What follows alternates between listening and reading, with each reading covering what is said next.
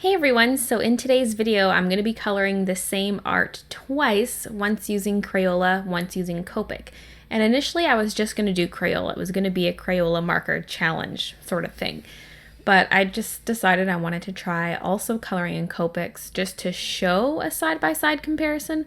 I feel like it's not 100% fair to compare them, because you can compare them, just don't compare them on equal grounds because they're different. The Crayolas are water-based and the Copics are alcohol-based, and so they act completely different. And this isn't meant to be like, oh, look how great Copic is and how much Crayola sucks. It was more just like to show the differences, to show, okay, here's what I can pull off with Crayola, and then here's what it looks like when I use my usual Copics, that kind of thing.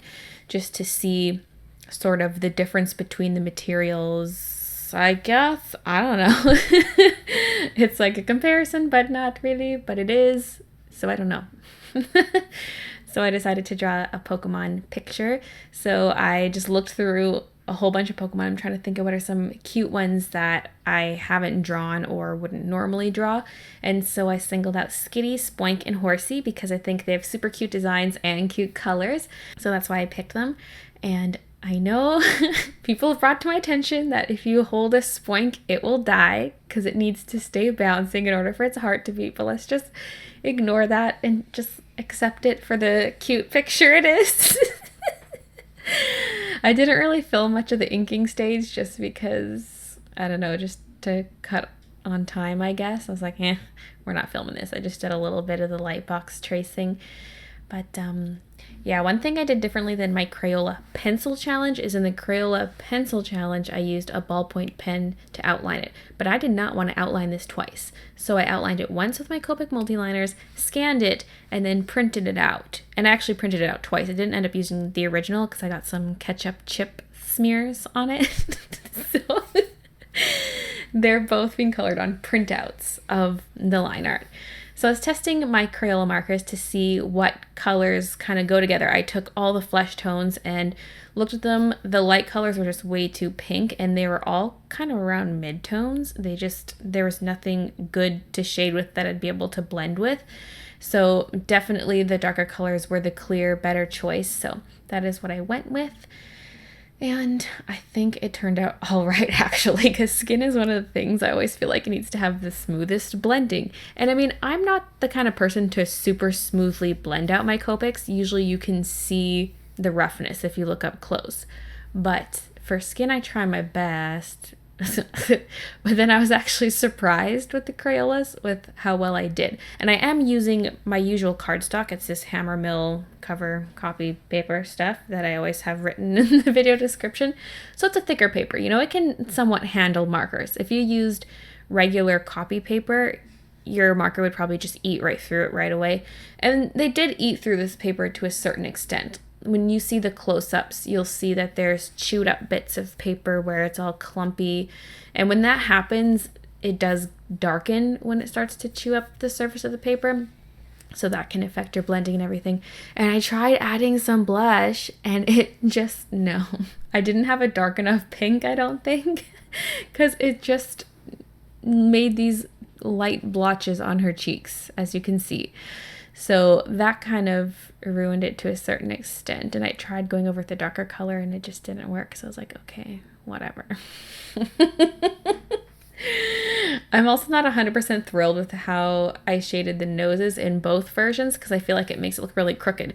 Part of it's because her mouth is crooked. That's on purpose. It's supposed to be a side smile, but the side smile and nose and everything only looks good really in the line art. Once I colored in the lips and everything, it's just like, okay, now it looks like she just has a really crooked nose or something. See, look at that. It looks so much cuter just before it's all shaded in. I shouldn't have gone in and shaded both sides of the nose. I don't know why I do that. I always tell myself like, I'm gonna do simple cute shading, and then I don't know. So for my Copics, I decided to go with a less warm brown. I feel like the other one was slightly too warm, so I wanted to go with something a little less warm. This is a little bit on the gray side. I did add some warmer tones to it because I mainly used my E70s. Those are the same colors I used in my Curly Cutie picture, and I thought it looked so good for her skin, so I wanted to try it with this one. And it looks fine. It's just that when you compare it to the Crayola one, it's like, oh, well, the Crayola one looks so much more vibrant compared to this one because I chose different colors. Part of the reason why I decided to color in the Crayola picture first was because I knew I had less selection with the Crayolas, and so I was going to somewhat color match with my Copics. But like for the Pokemon, I'm not trying to, exactly match the Crayola colors. I look at a picture of a horsey and I try to color match a horsey. I look at a Spoink, I try to color match a Spoink. I'm not trying to exactly match the colors between the Crayola and the Copic, but in general, I'm using the same colors. Like Crayola one had dark skin, Copic one's getting dark skin. Crayola one had this ombre hair from blue to purple to pink, so Copic one is getting the same ombre, that kind of thing. I wanted to keep it similar in that sense. And oh man, when I switched back to the Copic, it was like a dream.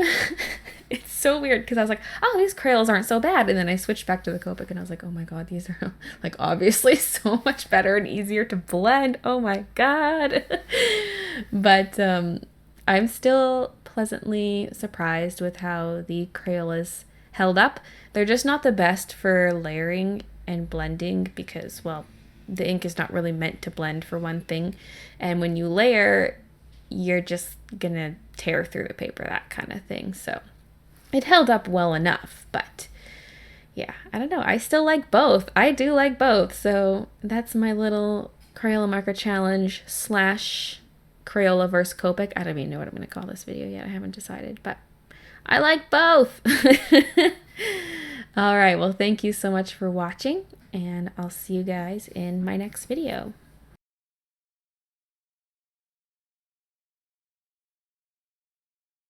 Chewed up bits. Look at the chewed up bits.